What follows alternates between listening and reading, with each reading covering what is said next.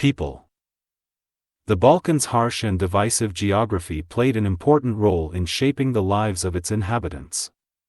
Mountainous terrain generally fragmented human settlement among the scattered lowlands and highland plateaus, contributing to the rise of strong ethnic group identities. In a rugged land where natural resources often were limited, group cohesiveness was crucial for survival. Competitive conditions bred ethnic cultures frequently typified by extremes in expression, communal generosity and stubborn territoriality, overt hospitality and brutal atrocity, bouts of fun-loving enjoyment and irrational violence. All Balkan peoples traditionally have exhibited one common characteristic: a sense of passionate, tenacious group pride. While the ethnographic map of the Balkans is diverse, the peninsula's population of approximately 69.3 million people, not including the inhabitants of European Turkey and the millions who reside in Istanbul, essentially comprises three primary groupings: historically ancient peoples, South Slavs, and Turks. In addition, there exists a smattering of numerically smaller groups of Gypsies, Jews, and an assortment of other ethnicities, such as Italians, Hungarians, Germans, Ukrainians, and Russians. Contrary to the common perception that South Slavs form the majority in the Balkans' total population, ancient peoples, that is, those who reasonably can trace the presence of ethnic ancestors in the peninsula at least back to classical antiquity, account for some 50%, roughly 35 million. The ancestors of these peoples spoke Indo-European languages. The most familiar are the Greeks, who populate the southern extremity of the peninsula as well as the Aegean and Ionian Islands and Crete. Their ancient origins are so well known, and their classical cultural impact on Western Europe so recognized, that they need not be described here. Today the Greeks generally occupy the same territories as they did in antiquity, despite the 6th and 7th century Slavic invasions and settlements of their mainland Balkan possessions, which forced most Greek speakers to the coastal peripheries for survival. Only a long process of military reconquest by the Greek-speaking Byzantine Empire, conducted over the subsequent 2 centuries, permitted the Greeks to regain control of their ancient homeland's interior. Even then, pockets of Slavic-speaking populations survived as far south as the Peloponnese and in the region of Macedonia. Although speculative arguments have been advanced that the lengthy Slavic incursions into Greek-inhabited regions probably diluted the direct genetic link between modern Greeks and their classical ancestors, these arguments are irrelevant since language, and the self-identity that it conveys, not DNA, is the fundamental measure of ethnic culture. Albanians speak a unique language that is thought to have descended from ancient Illyrian. If so, they then possess an ethnic heritage equaling that of the Greeks. This heritage would place them among the oldest existing non-Greek ethnic groups in all of Europe, akin in time to the Basques of Western Europe. Although today they are confined mostly to a small territory hugging the western Balkan coastline and its mountainous interior, in antiquity the Illyrians occupied a large swath of the western Balkans lying to the north of the Greeks, which included present-day Albania, northwestern Greece, Montenegro, part of Serbia, most of Bosnia-Herzegovina, and a good part of western Macedonia. Waves of Roman, Goth, Avar, and Slav invasions and settlements pushed the Illyrians into the generally mountainous regions that the Albanians inhabit today. In that rough and isolating environment, their Albanian descendants evolved as a mostly tribalized, pastoral society divided into 2 distinct subgroups identified by dialect, Gegs and Tosks. The Gegs, who inhabit the rugged northern regions, developed as archetypical wild mountaineer tribes, pastoral, warlike, prone to feuding, and resentful of outside authority. The Tosk tribes, who occupy the less intimidating southern lowlands and their highland interior, are milder in temperament and more amenable to central authority. 4.5 centuries of Ottoman rule over the Albanians did little to weaken the structure of their society or to moderate their deep-rooted outlooks. Traditional aversion to unified, central political authority retarded the growth of national consciousness among them until late into the 19th century, a situation that made them vulnerable to threats from highly nationalist neighbors. Only intervention by the European great powers in the early 20th century preserved the Albanians as a nation and a state, and they have persisted as the least modernized of all Balkan peoples into the present. The Romanians claim an ethnic heritage as old as that of the Albanians. They speak a Latin-based language that, in Romanian national thinking, derives from the Roman occupation of ancient Dacia during the 2nd and 3rd centuries. Dacia once included the territories of present-day Romania and the Danubian plain in northern Bulgaria. It was conquered and occupied by the Roman Emperor Trajan, 98 to 117, in the early 2nd century. According to Romanian ethnic theory, when Emperor Aurelian, 270 to 75, withdrew his legions south of the Danube in 270, the Latinized native Dacians remained behind, surviving successive waves of Germanic, Slavic, and Turkic invaders by taking refuge in the Carpathian Mountains, from which they re-emerged in the 13th century ethnically unscathed to occupy the Wallachian Plain, the Moldavian tablelands, and the Transylvanian Plateau, where they have remained to the present. This contention is contested by many non-Romanians, who reject the possibility of Latin Dacian survival under the adverse ethnic conditions that held in the area during the centuries of foreign invasions. They suggest that the Romanians originated south of the Danube as nomadic pastoral Latin speakers who migrated into present-day Romania sometime after the arrival of the Turkic Magyars in the Danubian basin during the late 9th century. This contention partly is based on the continued widespread existence of pastoralists in every area of the Balkans known as Vlachs, who also speak a Latin-based language. In fact, the name of the Romanian region of Wallachia is derived from that of those wanderers, meaning land of the Vlachs.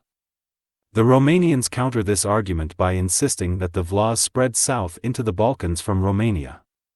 The question of Romanian ethnic origins is not yet definitively settled.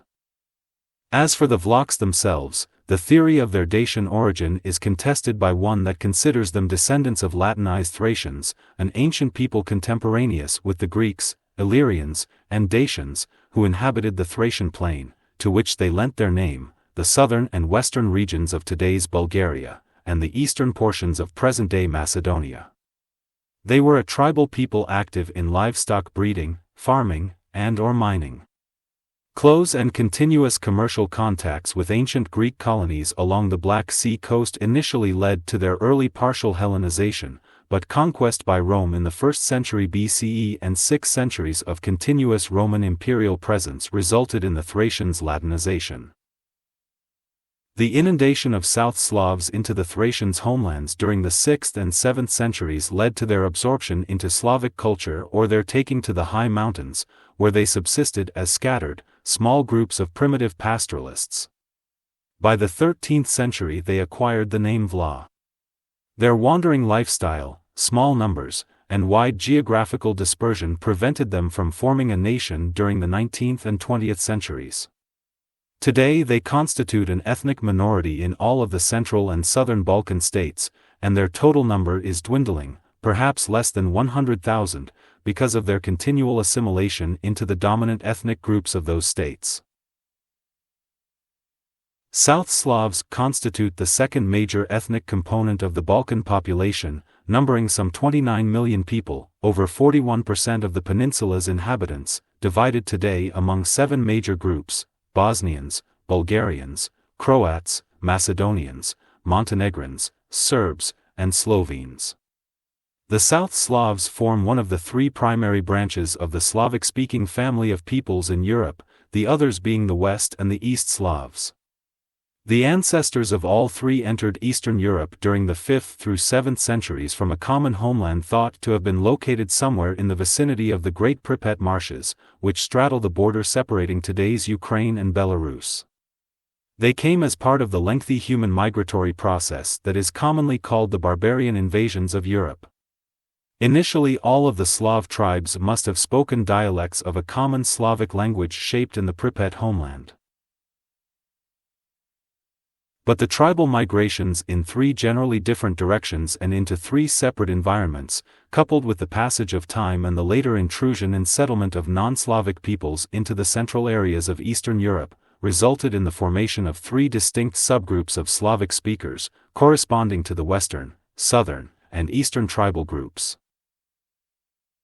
The South Slavic tribal groups moved south and southwest from their Pripyat homeland, eventually entering the Byzantine-controlled Balkan Peninsula as either allies of or refugees from the invading Turkic Avars during the second half of the 6th century. Their search for a new, permanent homeland proved successful. Today their descendants solidly inhabit virtually all of the northwestern, central, and southeastern regions of the Balkans. Turks comprise a third ethnic component of the Balkan population. Although today numerically small, a little over 1 million people, about 2% of the total population, they have played a role in shaping the history of the Balkans far beyond their numbers. In late antiquity, the rolling plains of the Danube and Prut rivers in the Balkans northeast served Turkic tribes from the Eurasian steppes as an open door into the heart of the peninsula and the riches of the Eastern Roman Empire. Huns and related tribes swept through the Balkans in the 5th and 6th centuries, followed by the Avars and their allies in the 6th and 7th. Among these latter were the Bulgars, who established a state south of the Danube. Unlike the Avars, whose settlements in the Balkans proved transitory, the Bulgar state persisted in the face of concerted Byzantine pressures. By the 9th century, the Bulgars were challenging the Byzantine Empire for political hegemony in the Balkans, but by that time they also were well on the way toward ethnic assimilation into their Slavic-speaking subject population. The conversion of the Turkic Bulgar ruling elite to Orthodox Christianity at mid-century opened the gate to their rapid and total Slavic assimilation. Within 100 years of the Bulgar conversion, most traces of their Turkic origins had disappeared. Except for their name, the Bulgars had been transformed into Slavic Bulgarians. Oghuz, Pecheneg, and Cuman Turkic tribes appeared in the Balkans between the 9th and 11th centuries. Most of them eventually suffered an ethnic fate similar to the Bulgars and left little lasting impression, although the Gagauz Turks of Bessarabia, a region lying east of the Prut River, now known as Moldova, and some Turks living today in the Eastern Balkans may be direct ethnic descendants of those medieval Turkic interlopers. Additionally, the Ottoman Turks' 5th-century rule over most of the Balkans established numerous scattered enclaves of Turkish-speaking groups throughout much of the southern portion of the peninsula, with a heavy concentration in the southeastern region of ancient Thrace. Among the scattered additional ethnic groups that individually populate the Balkans in small numbers but cumulatively total a bit over 4 million people, usually lumped together under the category of Other, in demographic statistical tables and accounting for approximately 6% of the peninsula's inhabitants, the Jews deserve notice. The Balkan Jews are predominantly of Southern, Sephardic origin. While some are descendants of ancient Mediterranean Jewish merchant colonists, most are the heirs of Spanish Jews who were expelled from Spain following the late 15th century. Numerous Spanish Jews settled in the Ottoman Eastern Mediterranean, where they were granted recognition of self-government, on an equal footing with the Christians of the empire, and additional privileges, primarily within the Ottoman commercial class. Centered on the old Byzantine Greek port of Thessaloniki, the Sephardic Jews came to play an important role in the international maritime commerce of the Ottoman Empire in the Eastern Mediterranean. The lack of Ottoman anti-Semitism carried over into the post-Ottoman Balkan world. The independent Balkan states of the 20th century continued to demonstrate a tolerance for Jews that was exceptional compared to conditions elsewhere in Europe. Anti-Semitism in Romania between the second half of the 19th century and the 1940s was caused by an inundation of Ashkenazi Jewish refugees fleeing rising Russian nationalist chauvinism during the first half of that period, the effects of the Bolshevik Revolution and civil war in Russia, and the rabid Polish nationalism of newly refounded Poland. The influx of these Jews mixed with abominable social conditions in Romania to create a volatile situation. The difference in Romanian perceptions between these northern Jews, many of whom arrived as land managers for wealthy Romanian absentee landlords, and the southern Jews, who were considered traditionally benevolent trading partners, sparked a radical reaction on the part of the Romanian peasantry, who were then suffering under the region's most inequitable land distribution system. Of all the peoples of the Balkans, only the Romanians and the Croats, who historically were tied to Catholic Central Eastern Europe, spawned native neo-fascist, anti-Semitic movements before World War II and conducted Nazi-style anti-Semitic policies during that conflict. After the German takeover of the Balkans in 1941, tens of thousands of Jews in the peninsula perished, especially in Greece and Serbia, where German occupation freed the Nazis to work their will. As happened elsewhere in Eastern Europe following the war, the majority of the surviving Balkan Jews emigrated to the newly founded State of Israel. All other ethnic groups exist as minorities in the present Balkan states.